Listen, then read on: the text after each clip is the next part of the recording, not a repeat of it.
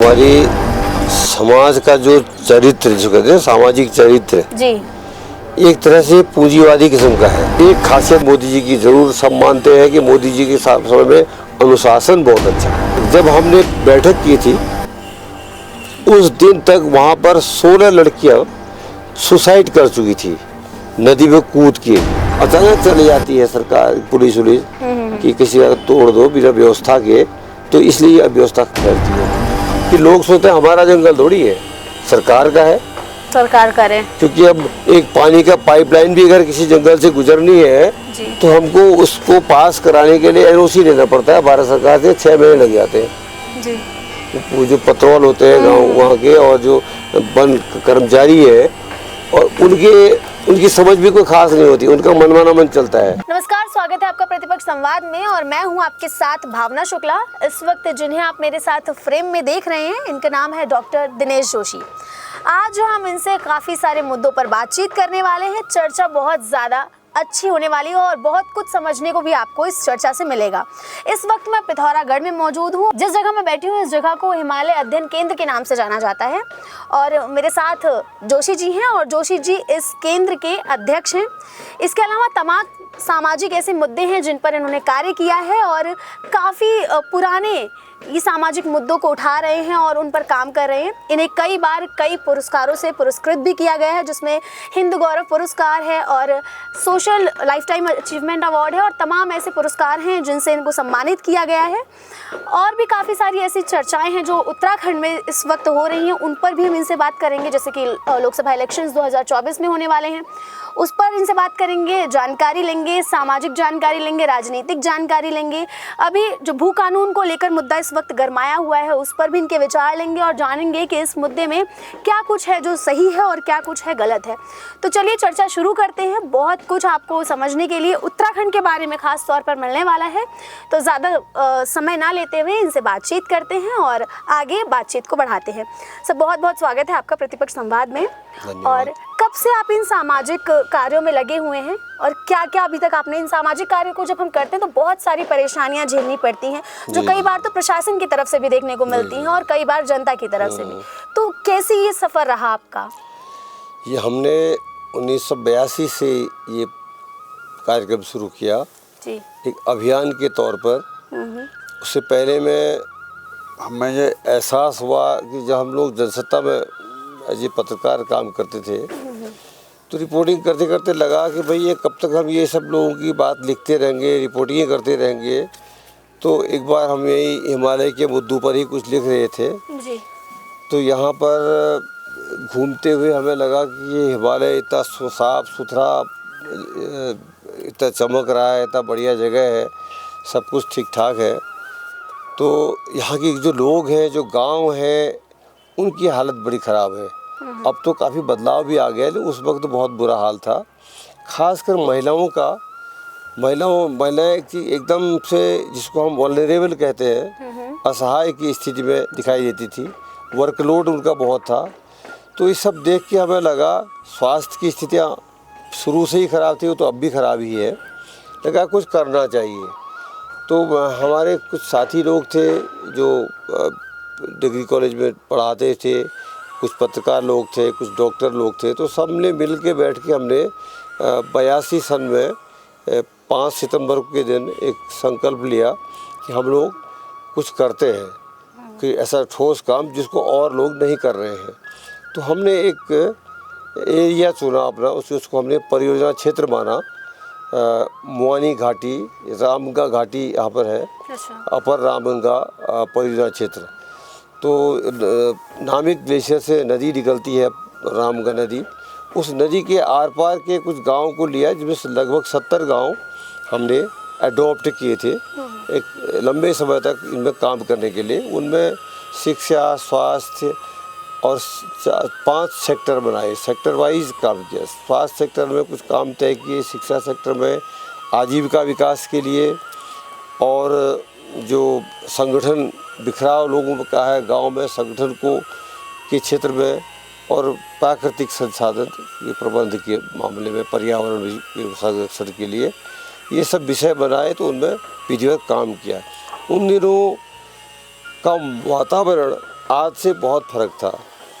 तब गांव में लोगों में उत्साह अभी से अच्छा था, अधिक था, और वॉलंटियर हमको अच्छे मिल गए थे। हर गांव से हमको एक एक दो दो वॉलंटियर मिल गए थे, लड़कियां भी लड़के भी, और उनकी कोई बहुत बड़ी डिमांड नहीं थी पैसे कि हमको वेतन क्या मिलेगा नहीं मिलेगा, इसकी डिमांड नहीं होती थी। निस्वार्थ भाव से काम करने वाले हाँ, लोग जो निस्वार्थ थे, भाव वो से उस वक्त सबके थे। मन में था कि हमें अपने गांव के लिए कुछ करना चाहिए। जी। तो हमने एक संगठित तरीके से, व्यवस्थित तरीके से उसी क्षेत्र में अपना एक छोटा सा कार्यालय स्थापित किया मुआनी में, और वहाँ पर एक बड़ी चर्चा की बात थी जो बड़ी मार्मिक भी है, जिस पर हम चाहेंगे कि आगे भी इस पर काम करने की ज़रूरत है। उस दिन तक जब हमने बैठक की थी, उस दिन तक वहाँ पर 16 लड़कियाँ सुसाइड कर चुकी थी, नदी में कूद के। एडोलसेंट गर्ल जिनको हम कहते हैं आजकल। अब वो कारण हमको पता किया कि ये सुसाइड क्यों कर रही है, नदी में क्यों कूद रही है, तो मालूम पड़ा कि वो कुछ उनकी अब गलतियाँ हो जाती हैं, किशोरावस्था में बच्चों से गलतियाँ हो जाती है, उनके अवैध संबंध गांव में बन गए। तो समाज में जो सामाजिक मान्यताएं हैं, जो परिस्थितियां हैं, उसमें वो बता नहीं सकते थे कि हमसे ये गलती हुई है, और प्रेगनेंसी हो गई तो क्या करें, और उनको मेडिकल के बारे में पता नहीं है, उन्नत वैज्ञानिक तरीके भी नहीं पता थे तब। तो वो बेहतर समझती थी कि हम अब मर जाते हैं, वो कूद के मर जा रही थी। दूसरी समस्या हमारे सामने ये आई थी वहाँ पर कि वहाँ के स्थानीय कुछ दूर दराज के गांव से कुछ यहाँ पर होटल के लोग लड़कियों को लेके व्यापार करते थे। तो ये बड़ा मार्मिक विषय है ये। विषय था। सब ने कहा कि यार कुछ करना चाहिए। तो हम लोगों ने जो है बैठ के ये तय किया कि हम पॉजिटिवली क्या कर सकते हैं। तब हमने ये फिर बनाया कि शिक्षा क्षेत्र में ये करेंगे, स्वास्थ्य के क्षेत्र में ये करेंगे। हमने अलग अलग सेक्टर्स बनाए और उन पर काम शुरू किया, और महिला सशक्तिकरण को विशेष रूप से ध्यान में रखा कि अब हम इस क्षेत्र के महिलाओं को सशक्तिकरण के एक अभियान के साथ जोड़ेंगे। अच्छा, ये जो महिला सशक्तिकरण अभियान की आपने बात की, पूरे भारत देश में आशा कॉन्सेप्ट भी यहीं से शुरू किया, जिसमें आपका बहुत बड़ा योगदान है। ये बहुत अच्छी बात आपने पूछी। आशा कार्यक्रम, उस वक्त ये नाम आशा नहीं था। हमारा मुंशियारी में होकरा एक जगह है, होकरा नामिक ग्लेशियर की तरफ बीच में पड़ता है। जी जी। उसमें एक सैंडराथी करके गांव है। उस सैंडराथी गांव में कुछ वॉलंटियर ज़्यादा उत्साही थे, जो कल हमारे सम्मेलन में भी आए थे, गंभीर सिंह वगैरह। उन्होंने कहा कि हम हेल्थ में इस गांव में विशेष रूप से कुछ करना चाहते हैं। तो हमने गांव वालों से ही पूछ के एक वॉलंटियर उनसे तय किया। हमने कहा हेल्थ वॉलंटियर एक दीजिए हमको, जिसको हम वेतन नहीं देंगे, कभी कभी सपोर्ट दे सकते हैं, मानदेय दे सकते हैं, सम्मान देंगे, उसको एक्सपोजर देंगे, लेकिन उनको वेतन का कॉन्सेप्ट हमारा इसमें नहीं है। तो एक लड़की निकली, अब वो बड़ी हो गई है, उसका नाम उदिमा देवी करके था, अब भी वो जिंदा है। उसने कहा मैं इस गांव की हेल्थ वॉलंटियर बनूंगी। अब सब ने ताली बजा के ठीक है, अच्छी बात है, हेल्थ वॉलंटियर मिल गई, फुल टाइम देने को तैयार हो गई। अब ये तय हुआ कि ये काम कैसे करें। तो हमने उस गांव की पंचायत के साथ मिल करके एक स्वास्थ्य सेक्टर का एक समिति तैयार की, village health and sanitation committee, ग्रामीण स्वास्थ्य और संवर्धन समिति की तरह से एक समिति गठित की। उसके 10-12 मेंबर बनाए, और उस समिति का बाद में रजिस्ट्रेशन भी करा, और वो समितियाँ पंचायत के साथ जोड़ी कि पंचायत अपने कार्यक्रम के साथ उनको हेल्प करेंगी, उनका मार्गदर्शन करेंगी। अब वो काम बड़ा अच्छा, उसमें मार्मिक काम हो गया। उन्होंने अपने गांव का सालाना स्वास्थ्य प्लान बनाना शुरू किया। हम लोगों का काम उनका मार्गदर्शन करना होता था और ट्रेनिंग देनी होती थी। गांव में दाइयाँ होती थी, स्वाइयाँ होती थी, जो गर्भवती माताओं की का काम करती थी। वो सब जो है खुद ही उनके साथ मिल कर के उस कमेटी ने काम हाथ में लिया। गांव में कुछ सामाजिक रीति रिवाज होते थे, पूजा पाठ होती थी, उसको भी वो समिति वाले पॉजिटिवली अपने साथ जोड़ के काम करते थे। गांव में कभी कभी क्या होता है कि जो जानवर मर जाते हैं, घरेलू पालतू जानवर, उनको डिस्पोज करने का कोई उपाय नहीं होता, तो लोग यूँ ही फेंक देते हैं। और अब क्योंकि गिद्ध वगैरह आजकल कम हो गए हैं, तो पहले तो गिद्ध होते थे तो वो साफ़ कर देते थे, लेकिन अब गिद्ध जब नहीं थे तो लोगों ने कहा कि इसका भी हम जो है अपने स्वास्थ्य कार्यक्रम में लेते हैं कि इसको हम कैसे निस्तारण करें। तो उन्होंने गड्ढा बना करके कहाँ पर दफनाएंगे, कैसे करेंगे, उसको हमने फिर नमक छिड़क के गग्गा से वो स्वास्थ्य को दिक्कत ना करे, स्वच्छता का सेक्टर भी जोड़ दिया गया। उसके साथ भी पानी का की व्यवस्था और गंदी नालियाँ, ये सारा काम उसमें किया और वो धीरे धीरे पंचायत का एक प्रमुख कार्यक्रम बन गया। और संयोग से उस कार्यक्रम में हमारे एक साथी राजस्थान से एक डॉक्टर आए थे, जो फौज में काम करते थे, छोड़ के सामाजिक क्षेत्र में काम कर रहे थे। उनको लगा ये बहुत बढ़िया कार्यक्रम है, हम अपने बीकानेर में एक संस्था थी उनकी उर्बुल में उन्होंने उसको और बेहतर ढंग से मॉडल के रूप में शुरू करना काम शुरू किया। उन्होंने कुछ दवाइयाँ भी बांटना शुरू कराई। तो हमने विलेज हेल्थ वर्कर्स का एक टीम बननी शुरू हो गई थी।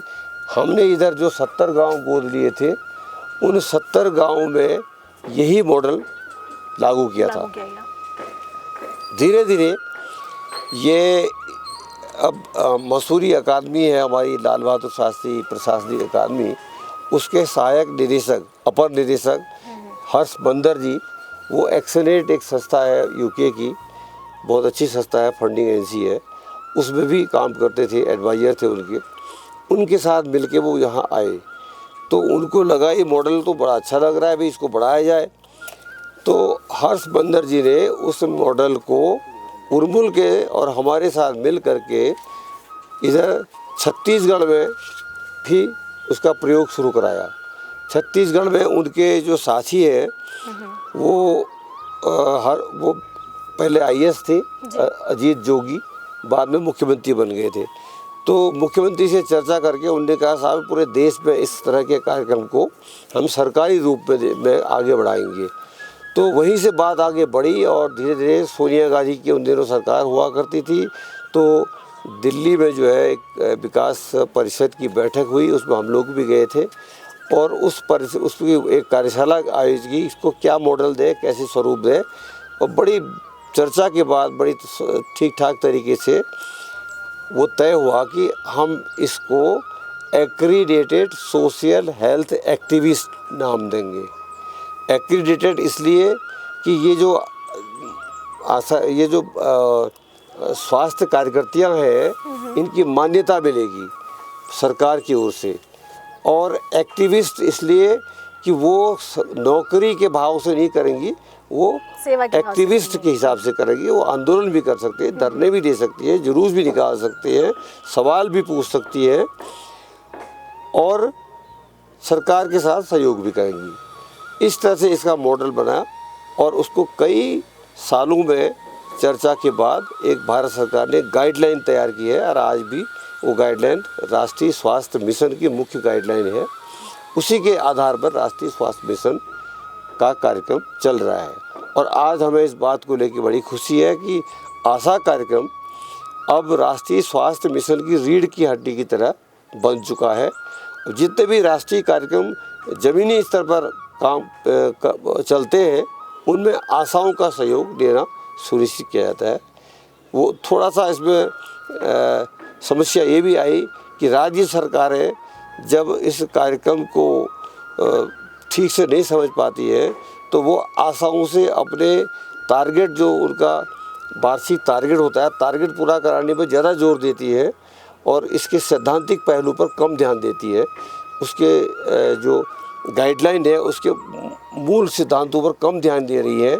इसकी वजह से थोड़ा आशाएं कंफ्यूज हो जाती है कि मतलब अगर ऐसा कहा जाए कि आशाओं को उनके मूल सैद्धांतिक कार्यों से थोड़ा सा भटकाया जाए तो गलत नहीं होगा। हाँ, भटक गई है वो भी क्योंकि उनको दिशा दे, उनको लगता है कि अब हम सरकारी कर्मचारी बन जाएंगे तो चलो अच्छा है, बेहतर है, हमको वेतन मिलेगा, लेकिन वेतन उसको मिल नहीं रहा है वहाँ से। मानदेय जरूर देते हैं, 5,000 रुपया तक अब कर दिया मानदेय। और उनको जो इनिशिएटिव मिलता है हर अलग अलग कार्यक्रमों का, इनिशिएटिव में सब मिला के एक आशा मतलब महीने में 10-1 हज़ार रुपये तक की व्यवस्था उसकी हो जाती है, वो गांव में उसके लिए बहुत होता है, तो उसी को लेके खुश रहती है। लेकिन वो जो जिस तरह से सामाजिक स्वास्थ्य के अभियान को चलना था, उसमें अभी काम है, बहुत काम है। हम लोगों का अभी यही प्रयास चल रहा है कि इस आशा कार्यक्रम को एक सुनिश्चित दिशा इसकी करनी ज़रूरी है। जी हम बिल्कुल। बार बार इसकी वकालत भी कर रहे हैं। अच्छा, मतलब जैसा आपने आशा की पूरी जर्नी जो है वो एक्सप्लेन कर दी, तो अगर कहा जाए तो उदिमा देवी जी का आपने जिक्र किया, और उनको पहली आशा ही माना जाएगा आज के टाइम में। अभी है वो। हाँ, मतलब आशा ही है। पहली आशा वही है, पहली आशा वही है पूरे भारत देश की। तो और भी सामाजिक मुद्दे हैं, जैसे स्वच्छता का भी आपने स्वास्थ्य के हाँ, साथ जिक्र किया, उस पर ग्रामीण भी स्वच्छता। हाँ, ग्रामीण अभी बहुत अच्छी बात आपने छेड़ी। अभी ये पंचायती राज विभाग के माध्यम से जी एक अभियान चला है, राष्ट्रीय ग्राम स्वराज अभियान। हम भी उसमें भाग लेते हैं। जी जी। उसमें स्वस्थ गांव एक पूरा कार्यक्रम है। जब ट्रेनिंग का है तो स्वस्थ गांव, बाल हितैषी गांव, महिला हितैषी गांव, जी। कुछ ऐसे नाम दिए हुए हैं। अच्छा। उनमें यही बात है जो हम शुरू में बोलते थे, ऐसा करना चाहिए।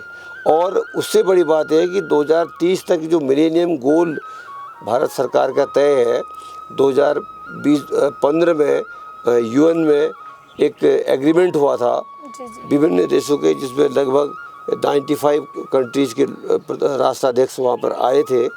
उन सब ने हस्ताक्षर किया कि हम 2030 तक अपने अपने देश के गांव को स्वस्थ गांव बना देंगे, और बाल हितैषी बना देंगे, महिला हितैषी बना देंगे, गरीबी उन्मूलन हो जाएगा, गांव में सतत रोजगार का कार्यक्रम हो जाएगा। इस तरह से पंचायतों का कार्यक्रम एक तय हो रहा है।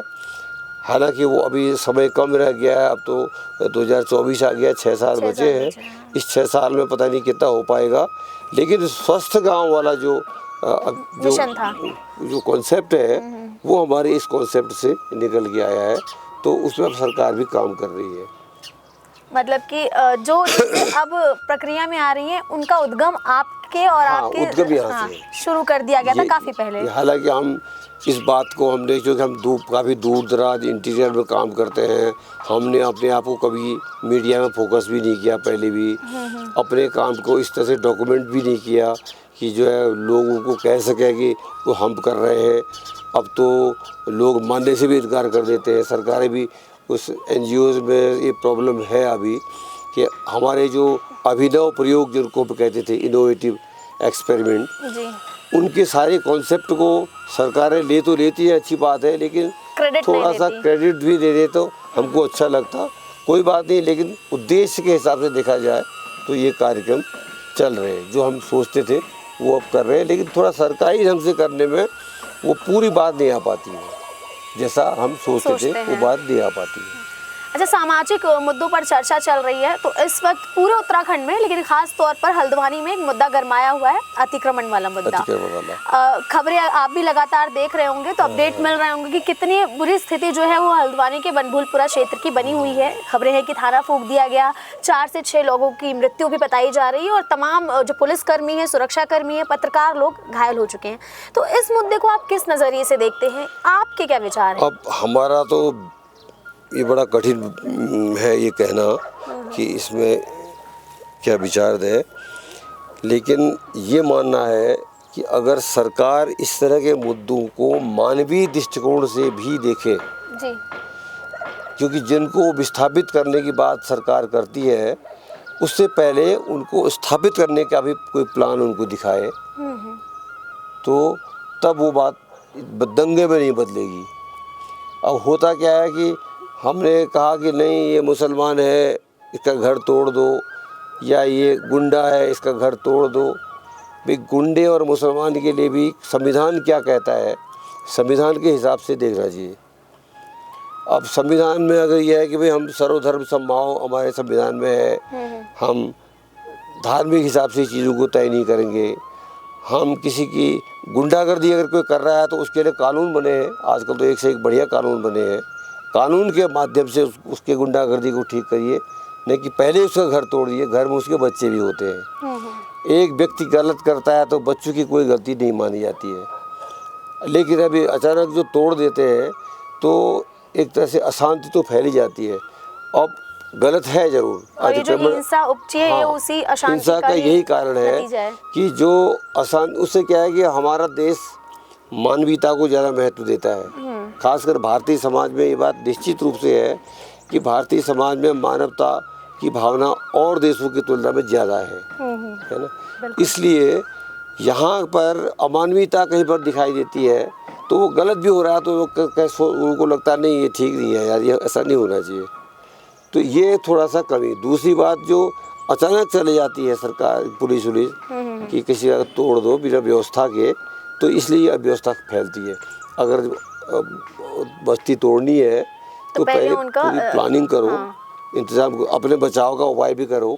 अब अभी इतने लोगों की हत्या हो गई, खुद पुलिस को बचने के लिए परेशानी हो रही है, खुद प्रशासनिक अधिकारियों को छिपना पड़ रहा है, तो ये एक बहुत शर्म की बात हो जाती है। यानी कि अगर पहले से ही सरकार एक मॉडल लेके चलती या एक मतलब एक ऑप्शन लेके चलती कि विस्थापित करके इनको यहाँ जगह दी जाएगी, तो शायद ये माहौल जो अतिक्रमण इस वक्त उत्तराखंड में है वो नहीं होता। क्योंकि अगर हम उत्तराखंड का इतिहास भी उठाकर देखते तो ऐसा माहौल पहली बार ऐसी स्थितियां बनती हुई दिखाई दे रही हैं। बिल्कुल। इसमें एक चीज़ और याद आई है। बिल्कुल। एक कहते हैं कि 1902 में जी ब्रिटिश टाइम पर एक वो बंदोबस्त जो कहते हैं ना, सबसे पहला बंदोबस्त हुआ था 1902 में जी। उस समय लगभग सभी जमीन समुदाय के हाथ में थी, जिसको आप सरकारी भूमि कह रहे हैं लोग जी। ये उस वक्त ये सीन था ही नहीं, सरकारी और निजी का सीन नहीं था। लोगों की ज़मीन होती थी, गांव लोगों को होते थे, गांव में उनके हक हकूक़ होते थे और कानून का इस तरह का स्वरूप नहीं था। उससे बाद धीरे धीरे सरकारी विभागों ने खासकर तहसील स्तर के कर्मचारियों की गलती से कई सारी लोगों की ज़मीनें सरकार के कोटे में चली गई, सरकार के खाते में चली गई। अब जो लोग बरसों से जहाँ रहते हैं, अपना भरण पोषण करते हैं, उनको बहुत बड़ी कॉलोनियाँ तो नहीं बना रहे, उनकी ज़मीन अगर अचानक चली जाए या उनके पास जगह कम हो जाए तो क्या करेंगे वो। ये अतिक्रमण एक तो इस तरह से भी होता है जी। दूसरा, कुछ ज़रूरतमंद लोग होते हैं तो जो लगता है कि भाई जगह खाली पड़ी है, आवारा मतलब बेकार पड़ी है, तो उसको हम आबाद कर लें जी। तो वहाँ भी इस तरह से अतिक्रमण कर रहे हैं। कई जगह जो नदी नालों के किनारे लोगों ने बसासत कर दी है, उन नदी नाले किनारे भी वहाँ कर रखी है जहाँ पर वो जगह बेकार पड़ी थी, जिसका कोई उपयोग नहीं हो रहा था। अब सरकार की उसमें भी नोटिस में भी वो नहीं होती थी चीज़ें, लेकिन बाद में कानून बन गया कि जो भी नदी नालों की जगह की ज़मीन है वो सरकार के कोटे में आएगी, और जो बेनाप ज़मीन है जिसकी कोई नाप नहीं है तो वो सरकारी मानी जाएगी। तो ये तो सरकार के नियम है। तो सरकार ये भी कर सकती है कि इस तरह के नियम बनाने से पहले उन लोगों को ये देखा जाए कि ये व्यक्ति ज़रूरतमंद है या कोई व्यापार कर रहा है इसको लेके। अगर कोई अवैध निर्माण से, अवैध कब्जे से अगर अपना व्यापार बढ़ा रहा है, वहाँ तो गलत कह सकते हैं। दाल रोटी चला रहा है, सर छुपाने के लिए मकान बना रहा है, तो वो उतना गलत नहीं हो सकता था। बिल्कुल। इस मुद्दे पर बात करना इसलिए भी ज़रूरी है क्योंकि जो भू कानून वाला मुद्दा है ये कई नज़रिए से बहुत महत्वपूर्ण है।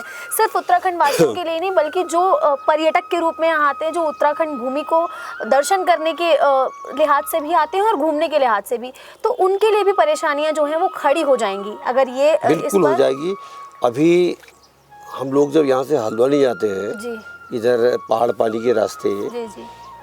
यहाँ धानाचूरी बैंड और धानाचूरी की टॉप जी में अच्छा खासा बांस का जंगल काट करके लोग बहुत बड़े रिसोर्ट बने हैं। और पहले तो वही जगह थी, अब वो लमगड़ा तक वो पूरा इलाका में रिसोर्ट में बदल गया है। अब वो सारे लोग बम्बई के, दिल्ली के, एक तरह से माफिया उनको हम कह सकते हैं जी, खूब पैसे वाले लोग हैं। उन्होंने लोगों की ज़मीनें खरीदी और उसमें अपना रेस्टोरेंट वगैरह ऐश आराम के लिए, कुछ रेस्टोरेंट में कुछ लोग कर रहे हैं, कुछ खाली ऐश के लिए, अच्छा, छुट्टियों में क्या बिताए, लाइक फार्म हाउस। उसमें सरकार मदद करती है। सरकार का वहाँ कोई कानून नहीं है उनके लिए, वो खरीद लिया। एक इसमें एक एक मैं कोट करना चाहूँगा, बिल्कुल धानाचूली में जो पूरी कॉलोनी बनी है जी। उसमें एक बार हम ऐसे ही थोड़ी देर के लिए रुके। सबसे पहला मकान जो है, कोठी है वो अच्छी खासी किसी सेठ जी की, जी उसमें एक व्यक्ति माली का काम कर रहा था, जी। बुढ़ा आदमी। उसको हमने कहा, बुबू ये घर किसका है? तो उसने पहाड़ी में बोला, बा ये कुछ दिन पहले मेरा छोटा सा मकान था यहाँ पर, छोटा सा मकान पत्थर वाला। जी अब हमारे बच्चे चले गए थे सब बाहर दिल्ली विल्ली नौकरी करने। हम दोनों बुढ़े बुढ़िया गांव में, न यहाँ पानी, न हमारे पास बिजली, न हमारे पास सड़क, कोई व्यवस्था नहीं। अब हमने बिजली वालों के यहाँ चक्कर काटते काटते हमारे जूते घिस गए, हमको बिजली का कनेक्शन नहीं मिला। परेशान हो रहे थे। पानी नौले से लाते थे 1.5 किलोमीटर नीचे गधेरे से।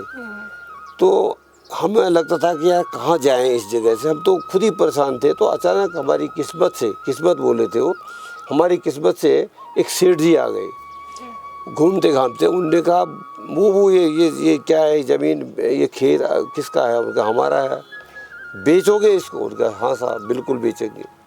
अच्छा कितने का बेचोगे? जो देते तो हो साहब। उनका 3 लाख रुपये चलेगा? बिल्कुल माई बाप, 3 लाख तो बहुत है। हम तो, उनका कहना था कि हम तो परेशान हो रहे थे कि कहाँ के क्या करें। अब जब हमने उनको बेच दिया, अब उसी छोटे मकान में सेठ जी ने बड़ी सी कोठी बना दी और हमको कहा कि तुम यहाँ पर रहो, एक कमरा तुम्हारा हो गया, इसमें तुमको 1000 रुपया महीने का हम वेतन देंगे जी। और ये देखभाल करना, सिंचाई उचाई करते रहना। अब हम अपने घर में जहाँ पहले मालिक थे, अब कर्मचारी नौकर बन गए। लेकिन एक चीज़ हमको समझ में आई, हमें लगा कि अरे बाप रे, ये सरकार तो सेठ जी की निकली। हम तो सोचे सरकार हमारी है जी। लोग बता रहे थे कि लोकतंत्र है, तुम्हारी सरकार है, ये तुम्हारा अधिकार है। यहाँ तो सेठ जी का अधिकार है, हमारे पास कहाँ है इतने पैसे। और अब देखो इतना 10 इंच का मोटा नल लगा है, पानी आता है, सारी लाइट आई है, चकाचक हो रहा है, पूरा सड़क बन गई है। मतलब स्वामित्व खत्म हो गया लेकिन सब कुछ सुधर गया। सुधर गया। ये कॉन्सेप्ट यहाँ तक चल रहा है, आलमगढ़ तक। अब अच्छा, एक तो ये तरीका है। अब उस तरीके के अंदर भी सवाल है कि आपने स्थानीय लोगों को अगर सुविधा दी होती, सरकारी स्तर पर उनको मदद की होती, तो वो लोग मालिक ही रहते, नौकर नहीं बनते। लेकिन उसके लिए सरकार के पास कोई व्यवस्था ही नहीं है। पैसा खर्च करो, इस हिसाब से बाहर से लोग आए, उन्होंने ज़मीनें खरीद ली। अब दिक्कत हो रही है। अब जब कृषि ज़मीन भी कम हो गई, सब लोगों ने कृषि भूमि को भी खरीदना शुरू कर दिया और उसमें जो है कॉलोनीज बनाना शुरू कर दिया और मनमाने रेट में कॉलोनियाँ बिक रही हैं।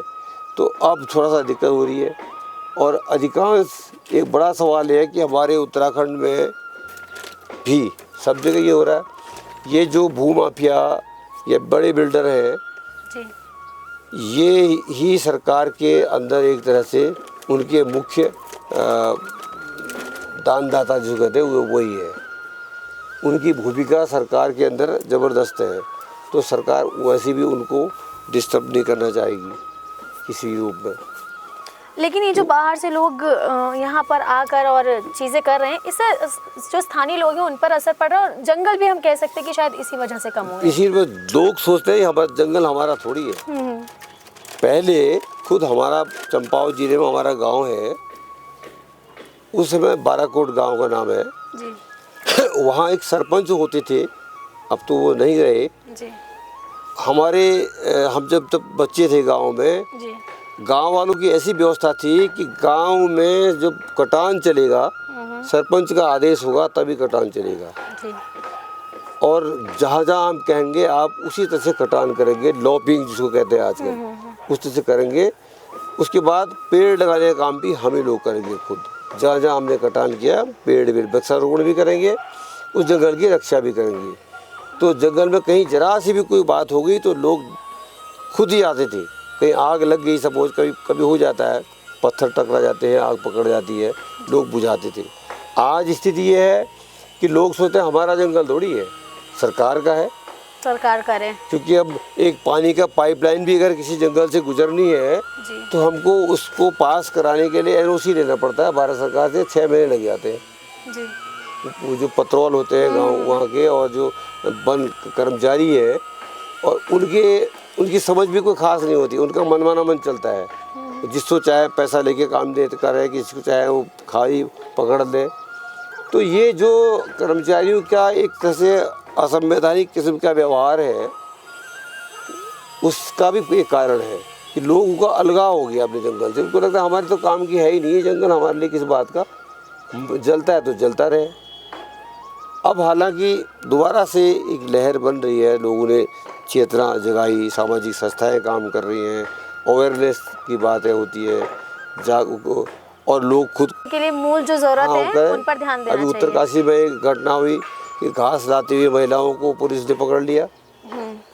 तो उसका फीलिंग हमको भी गुस्सा आया, उत्तरकाशी में घटना में हमें गुस्सा आया कि भाई घास ले जा रही जंगल से तो क्या गलत है, वो क्यों उसको मतलब दंडित करने चाह रहे हो तुम। इस तरह के जो कुछ कृत्य ऐसे हो जाते हैं जिससे जनता को अलगाव बनता है। अच्छा, जैसे अब उत्तराखंड में काफ़ी चीज़ें चल रही हैं, जैसे मैंने वीडियो की शुरुआत में ही कहा था, आपसे काफ़ी मुद्दों पर चर्चाएं भी होने वाली हैं। अभी एक नया जो है एक अप्लायंस हुआ है पूरे ऑल ओवर उत्तराखंड में, यूसीसी। हाँ, इस पर क्या कुछ आपके बातें हैं, क्या कुछ विचार हैं? यूसीसी का तो ठीक है, वैसे इस यूसीसी के बयान में तो मुझे लगता है ऐसी कोई गलती नहीं है। लेकिन उत्तराखंड ऐसा पहला प्रदेश या ऐसा राज्य बना है ना जिसने ये चीज़ लागू की है, तो ये एक गौरवान्वित बात है। हाँ, गौरवान्वित बात है। और दूसरा शायद सोच समझ के किया होगा मुख्यमंत्री जी ने कि ये शांत इलाका है, एकदम से मुस्लिम बहुल नहीं है जी। थोड़ा सा हल्द्वानी वगैरह में कुछ जगह पर दिक्कत ज़रूर है, लेकिन उतना वहाँ भी नहीं है। यहाँ पर लोगों में थोड़ा सा सौहार्द वातावरण है आपस में, तो यहाँ से शुरू हो सकता है ये। और समान नागरिक कानून तो होना ही चाहिए, क्योंकि वो भी एक बड़ी समस्या हो जाती है।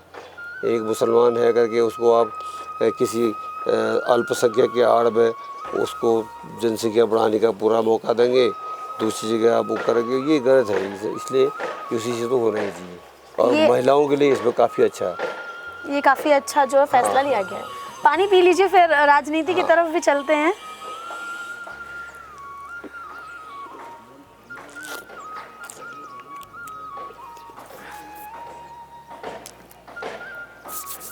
तो बातचीत को आगे बढ़ाते हैं। अच्छा, अब 2024 का आगाज़ हो चुका है। तमाम जैसे कि राम मंदिर का उद्घाटन, जो कि एक बहुत बड़ा, कई भेदों में इसको देखा जा रहा है। कई लोगों का मानना है कि इसको पॉलिटिकल इवेंट था ये, और ये वोट बैंक, जो गवर्नमेंट है वोट बैंक बढ़ाने का एक जरिया था। तो दूसरे लोग इसको इस तरीके से देख रहे हैं कि बहुत काफ़ी लंबे सालों का संघर्ष पूरा हो चुका है। ठीक है, और 2024 का आगाज़ हो चुका है। लोकतंत्र मतलब अब जो लोकसभा चुनाव है वो भी आने वाला है। तो राजनीति को थोड़ा समझाइए कि पिथौरागढ़ की राजनीति कैसी है, उत्तराखंड की राजनीति कैसी है। और जैसा कि आप सामाजिक स्तर पर हमेशा मौजूद रहते हैं, तमाम लोगों से घिरे होते हैं, बातें करते हैं, तो लोगों का मूड भी कहीं ना कहीं आपको पता होगा कि क्या जनता चाहती है और किस चीज़ से जनता को परेशानियां ज़्यादा हैं, और क्या अब वो आगे उसका फैसला होने वाला है। असल में हमारी समाज का जो चरित्र, जो कहते हैं सामाजिक चरित्र जी, एक तरह से पूंजीवादी किस्म का है। जी जी। पूंजीवादी माने पूंजीवादी संस्कृति। पूंजीवादी संस्कृति में जैसे राजा की कोई गलती नहीं जी है, राजा सबका साझा, और राजा भगवान का ही रूप होता है जी। इस तरह की जो पुरानी धारणाएं हैं, थोड़ा बहुत आजकल वो भी आई लोगों में है। तो ऊपर से कोई लहर अगर बन गई राजा की तरफ से, जी। अब प्रधानमंत्री को लोग प्रधानमंत्री नहीं मानते, राजा ही मानते हैं। तो उसकी ओर से कोई लहर बन गई तो वो लहर सब में पहुंच जाती है। वो वहाँ पर भी वो नहीं देखते हैं कि हमें क्या करना चाहिए, स्वविवेक का इस्तेमाल कम करते हैं। तो इसका फ़ायदा सरकार उठाती रहती है, हमेशा कोई भी सरकार उठाती है, और वही यहाँ भी हो रहा है। अब राम मंदिर एक बहुत ही अच्छा मुद्दा मोदी जी के टाइम पर आ गया। बात तो वैसे क्रेडिट तो सुप्रीम कोर्ट को जाना चाहिए था जी। और ये सवाल कोई नहीं कह रहा है कि सुप्रीम कोर्ट ने इसी समय क्यों निर्णय लिया। इतने सालों से मुद्दा चल रहा था, सुप्रीम कोर्ट पहले भी तो ये निर्णय ले सकता था। सुनवाई तो इतने 70 साल थोड़े लगते सुनवाई करने में, पहले कर लेते। लेकिन कोई कारण रहे होंगे, चलिए जैसे भी है सुप्रीम कोर्ट, और दूसरा इस निर्णय में अभी हम शंकराचार्य की बात सुन रहे थे, वो भी उसको हम नकार नहीं सकते। उसकी जो गवाही दी है वो तो शंकराचार्य ने दी है, तो शंकराचार्य ने गवाही दी है, कोर्ट को तो गवाही चाहिए। कोर्ट ने शंकराचार्य की गवाही के आधार पर फैसला लिया। अब शंकराचार्य इस सीन से पीछे दिखाई दे रहे हैं। उनके बयान कुछ इस तरह है ना कि मंदिर का निर्माण कार्य पूरा नहीं हुआ और ये भी एक अर्धनिर्मित में बिल्कुल प्रतिष्ठा नहीं हो सकती। बिल्कुल। अब ये भी एक है विषय जो धार्मिक पुस्तकों के हिसाब से, धार्मिक मान्यताओं के हिसाब से तो ये है ही, कोई भी हम घर में भी या कहीं भी प्राण प्रतिष्ठा करते हैं तो पहले मंदिर के साज सज्जा ठीक ठाक कर लेते हैं, मंदिर को ठीक ठाक कर लेते हैं, उसके बाद प्राण प्रतिष्ठा होगी। पूरे शरीर को कहते हैं कि पूरा शरीर हमारा जब बन जाएगा तब भी प्राण प्रतिष्ठा होगी। जी। लेकिन वहाँ जल्दीबाजी करने का मतलब थोड़ा ये भाव तो आता ही है कि कहीं न कहीं राजनीतिक स्वार्थ की वजह से तुमने जल्दीबाजी कर दी। हालांकि बन गया है मंदिर का ढांचा, वो भी अच्छी बात है, कभी तो होना ही था। और उनका तर्क भी ठीक ही है कि वो हमने भी देख के कुछ विद्वानों से पूछ के किया है, लेकिन चक्कर है कि मूल तो वही शास्त्र है। इन्हीं शास्त्रों में शंकराचार्य अभी तक हमारे हिंदू समाज में सबसे महत्वपूर्ण और सबसे प्रमुख माने जाते हैं, धर्म गुरु के रूप में शंकराचार्य। अब शंकराचार्य अगर कुछ को मना कर रहा है तो सरकार को भी थोड़ा सा सुनना चाहिए था, नहीं सुना, तो इसलिए विवाद थोड़ा सा है कि जो है ये राजनीतिक स्वार्थ की वजह से उन्होंने जल्दबाजी कर दी। दूसरा, अब ये बीच में तो ये मुद्दा बहुत उठा था कि राम जन्म तो चैत्र माह की नवमी को होता है। हम लोग भी बचपन से गाना सुनते थे कि राम जी ने जन्म लिया है चैत्र रामनवमी को। तो आपके रामचंद्र जी अभी कैसे पैदा हो गए 22 जनवरी को, तो ठीक है, लेकिन उसका तर्क भी है इनके पास। तर्क ये है कि वो मुहूर्त, अभिजीत मुहूर्त इसको कह रहे थे। अच्छी बात है, अभिजीत मुहूर्त तय कर दिया तो, लेकिन उसको समझाने का थोड़ा तरीका कमज़ोर हो गया, उसको ठीक से समझा नहीं पाए हैं ठीक से। इसलिए अब इसका क्रेडिट तो जाएगा ही जाएगा सामाजिक हिसाब से, खासकर महिला वर्ग में तो ये जाएगा ही जाएगा कि भाई मोदी जी के समय में ये राम मंदिर बन गया जो आज तक नहीं बन पाया। और एक खासियत मोदी जी की ज़रूर सब मानते हैं कि मोदी जी के समय में अनुशासन बहुत अच्छा है। आज तक की सरकारें डरती रही हैं, निर्णय लेने में उनका उतना ठोस नहीं होता है निर्णय। मोदी जी के समय में हर कोई अनुशासित होकर के निर्णय लेता है, तो इससे भी लोग खुश होते हैं कि ठीक है, इन्हें ले लिया निर्णय, बना दिया, अच्छी बात है, एक ऐतिहासिक मोन्यूमेंट बन गया है ना। हम हिंदू देश में हैं तो हमारा मंदिर तो होना चाहिए। लेकिन अगर ये थोड़ा रुक जाते तो ये विवाद नहीं होता। अच्छा, ये जो अभी ये जो मैंने जैसे कि बोला कि पॉलिटिकल इवेंट पे बोला जा रहा था प्राण प्रतिष्ठा कार्यक्रम को, इसका और जो अनुशासित वाली आप बात कर रहे हैं, इसका आगामी लोकसभा चुनाव पर कैसा असर रह सकता है? असर पॉजिटिव ही जाएगा, जहाँ तक सभी का अभी कहना है कि जनता तो ये मानती है कि अब विपक्ष जनता को कमज़ोर ही दिखता है, क्योंकि मीडिया मैनेजमेंट अभी सत्ता पक्ष का ही है। सत्ता पक्ष ने मीडिया को इस तरह से मैनेज कर दिया है, जो ज़रूरी काम है जो सत्ता को करना भी चाहिए। अब जिसको गोदी मीडिया कह रहे हैं, वही आजकल हावी है। सोशल मीडिया वगैरह थोड़ा बहुत अपनी बात कह लेता है, लेकिन गोदी मीडिया जो कह देता है जनता तो उसी को मानती है। तो सारे कर्मचारी, सारे बुद्धिजीवी, इवन बड़े बड़े सोचने वाले जिसको हम थिंक टैंक मानते थे, वो सब भी मीडिया से प्रभावित होते हैं, और वो मीडिया गोदी मीडिया कहलाता है। गोदी मीडिया माने मोदी मीडिया। तो मीडिया जब साथ है आपके तो वो बहाल तो बनने ही बनना है। और लोग, आम आदमी को इतनी फुर्सत है सोचने की, न उनको इस तरह से समझ बन पाती है। उनने कहा कि ये ठीक बना, इसलिए पक्ष में ही जाने वाला है माहौल तो। और विपक्ष के साथ एक कमजोरी है, खासकर कांग्रेस के पास, कि उसमें अनुशासन की कमी है। सबसे बड़ा ड्रॉबैक विपक्ष का अनुशासन की कमी है, और अपनी बात को ठीक ढंग से पेश करने का उनके पास कोई संसाधन नहीं है, माध्यम नहीं है। तो लोग कैसे समझें कि ये विपक्ष जो काम कर पाएगा, इसलिए विश्वास नहीं कर पा रहे हैं। हाँ, लेकिन उत्तराखंड में देखा जाए तो दो ही पार्टियों का दबदबा ज़्यादा रहता है और कंपटीशन भी कांग्रेस और भाजपा के बीच ही रहता है। तो इस पर अभी तक मतलब भाजपा का जो दबदबा था वो तो पिछले कुछ सालों से, पिछले के कुछ चुनावों से भारी हो रहा है, लेकिन उससे पहले कांग्रेस की यहाँ जो चीज़ें थी वो ज़्यादा होती थी। तो क्या लोगों में वो कांग्रेस को लेकर जो लगाव था, उनके जो कार्य थे उनको आज भी याद हैं, या कांग्रेस ने ऐसा कुछ किया ही नहीं कि लोग उसको याद रख पाएँ? नहीं, लगाव तो है, लगाव तो अभी भी है लोगों में। इसीलिए पिछली बार मयूर बनर्जी बड़े अच्छे बहुमत से जीते थे यहाँ के हमारे विधायक। तो गांव में जड़ें तो कांग्रेस की मजबूत है, लेकिन जो समस्या है उनकी यही है कि वो अनुशासित नहीं दिखाई देते हैं और उनका संकल्प कुछ कमज़ोर दिखाई देता है। तो लोगों को थोड़ा शक होता है कि भाई ऐसे में ये चीज़ें चलेंगी नहीं चलेंगी। एक थोड़ा लोगों के दिमाग में अब ये आया है, जो वर्तमान में जो निर्णय सरकार ले रही है, जो वातावरण बना रही है, वो अगर ये सरकार हट जाएगी तो शायद वो वातावरण नहीं बनेगा, गड़बड़ा जाएगा। लेकिन हाँ, वो तो ठीक है, लेकिन कई लोग ना नाराज़ भी नज़र आते हैं। जैसा अभी आंतरिक बजट पास हुआ तो पहले कहा जा रहा था कि हिमालय जितने राज्य हैं, हिमालयी राज्य, पहाड़ी जो क्षेत्र हैं, उनको विशेष राज्य का दर्जा दिया जाएगा, लेकिन आंतरिक बजट में ऐसी कोई बात नहीं की गई। तो इससे भी लोगों की नाराज़गी जुड़ी हुई है कि ऐसा क्यों नहीं किया गया। और आगे भी ऐसा कहा जा रहा है कि अगर जो सत्ता भी है वही आगे जाके बनती है तब दूसरा बजट आएगा, और अगर कुछ पलट जाता है तो नए सिरे से बजट आएगा। तो लोगों का जो भरोसा है कि ये राज्य वाला जो मैंने बताया कि विशेष राज्य का दर्जा वाले, इस पर से कहीं डगमगा गया है।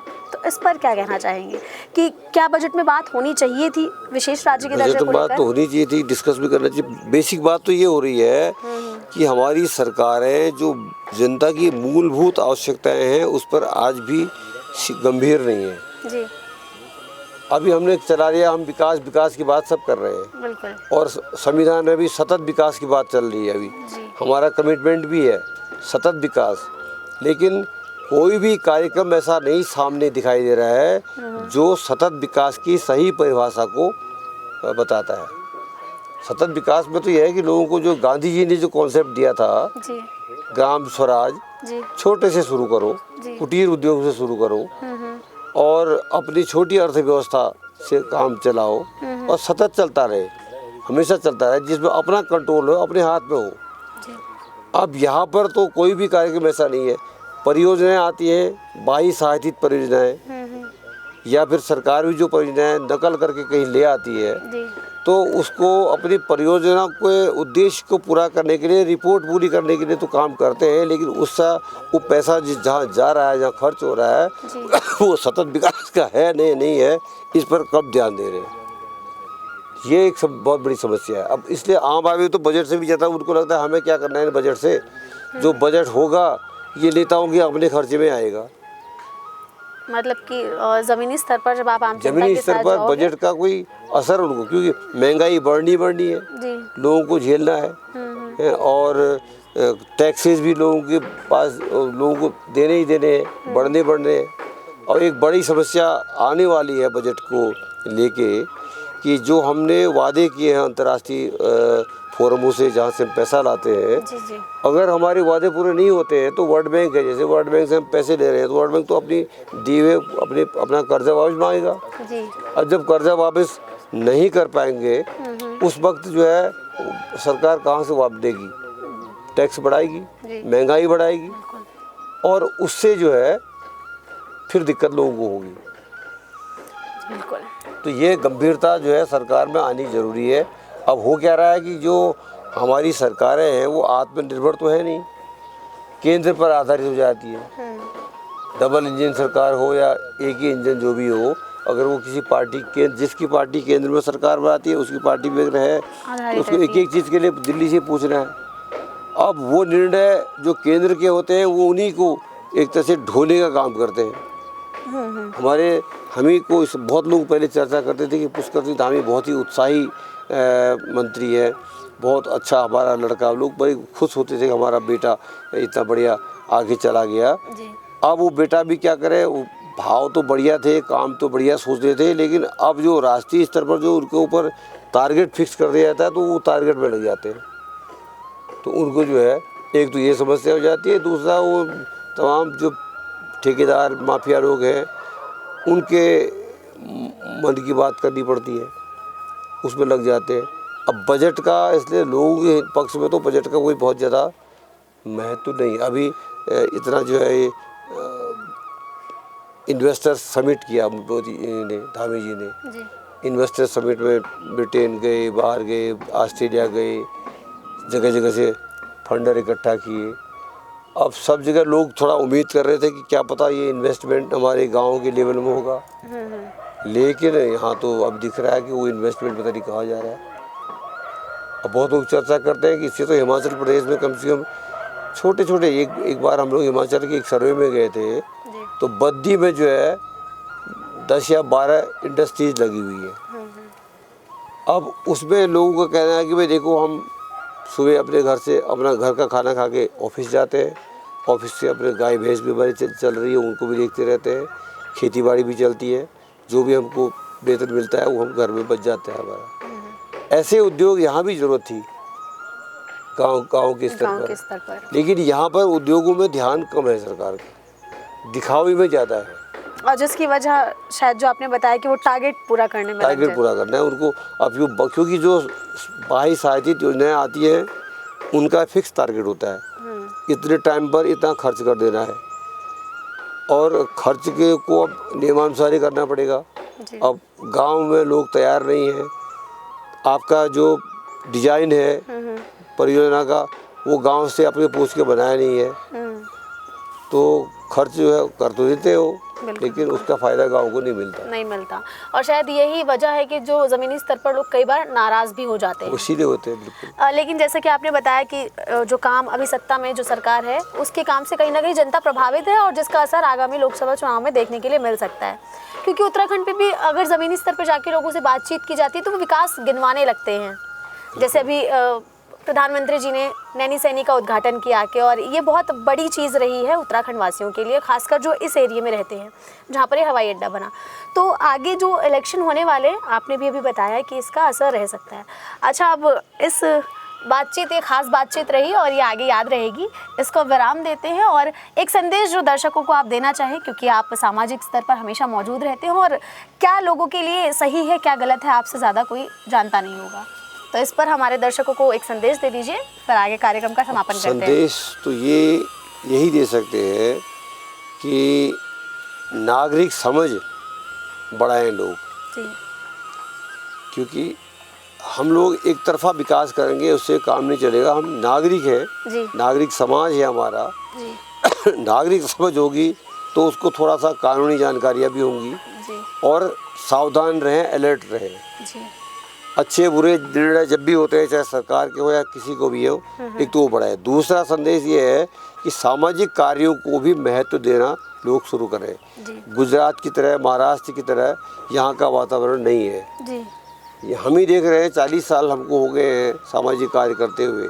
अगर हम पूरी पूजा पाठ का कार्यक्रम करते हैं तो बहुत लोग मन लगा के काम करेंगे, शादी विवाह होता है लोग मन लगा के आएंगे, बिना बुलाए काम करेंगे। सामाजिक काम करते हैं तो उनको लगता है अरे ये तो सरकार का कुछ कर रहे होंगे, हमें इससे क्या मतलब। ये फीलिंग बहुत ज़्यादा उत्तराखंड जैसे इस जगह पे नहीं, पहले ऐसा नहीं था। पहले किसी गांव में किसी का मकान बन रहा है तो लोग लकड़ी उकड़ी लेके स्वैच्छिक रूप से आते थे, पत्थर लाते थे, सहयोग करते थे, एक उत्सव के तौर पर काम लिया जाता था। आजकल वो चीज़ें बदल गई हैं, इसलिए इसको दोबारा से पुनर्जीवित करने की आवश्यकता है, क्योंकि पलायन तभी ठीक से रुक पाएगा।